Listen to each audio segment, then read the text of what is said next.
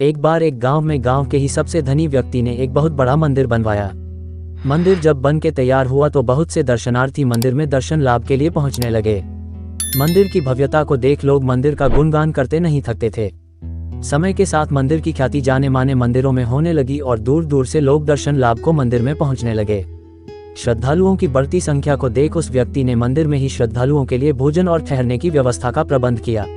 लेकिन जल्द ही उन्हें एक ऐसे व्यक्ति की आवश्यकता हुई जो मंदिर में इन सभी व्यवस्थाओं का देखरेख करे और मंदिर की व्यवस्था बनाए रखे।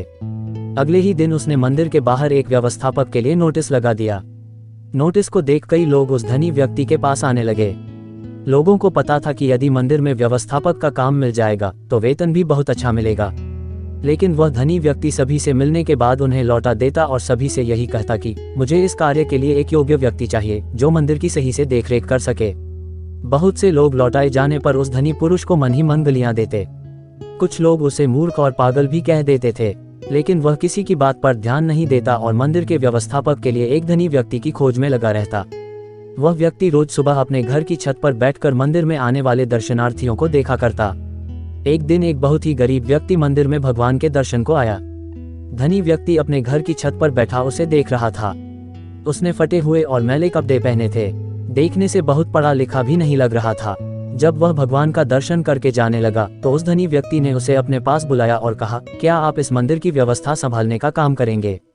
धनी व्यक्ति की बात सुनकर वह काफी आश्चर्य में पड़ गया और हाथ जोड़ते हुए बोला, सेठ जी, मैं तो बहुत गरीब आदमी हूँ और पढ़ा लिखा भी नहीं हूँ।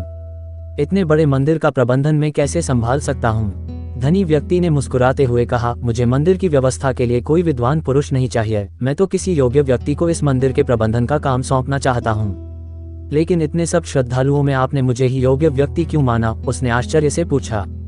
धनी व्यक्ति बोला, मैं जानता हूँ कि आप एक योग्य व्यक्ति हैं। मंदिर के रास्ते में मैंने कई दिनों से एक ईंट का टुकड़ा गाड़ा था जिसका एक कोना ऊपर से निकल आया था। मैं कई दिनों से देख रहा था कि उस ईंट के टुकड़े से कई लोगों को ठोकर लगती थी और कई लोग उस ईंट के टुकड़े से ठोकर खाकर गिर भी जाते थे, लेकिन किसी ने भी उस ईंट के टुकड़े को वहां से हटाने की नहीं सोची। आपको उस ईंट के टुकड़े से ठोकर नहीं लगी, लेकिन फिर भी आपने उसे देखकर वहां से हटाने की सोची। मैं देख रहा था कि आप मजदूर से फावड़ा लेकर गए और उस टुकड़े को खोदकर वहां की भूमि समतल कर दी। धनी व्यक्ति की बात सुनकर उस व्यक्ति ने कहा, मैंने कोई महान कार्य नहीं किया है। दूसरों के बारे में सोचना और रास्ते में आने वाली दुविधाओं को दूर करना तो हर मनुष्य का कर्तव्य होता है।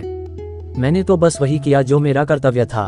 धनी व्यक्ति ने मुस्कुराते हुए कहा, अपने कर्तव्यों को जानने और उनका पालन करने वाले लोग ही योग्य लोग होते हैं। इतना कहकर धनी व्यक्ति ने मंदिर प्रबंधन की जिम्मेदारी उस व्यक्ति को सौंप दी। दोस्तों, कोई हमें नहीं देख रहा हो तो भी हमें अपना कर्तव्य नहीं भूलना चाहिए।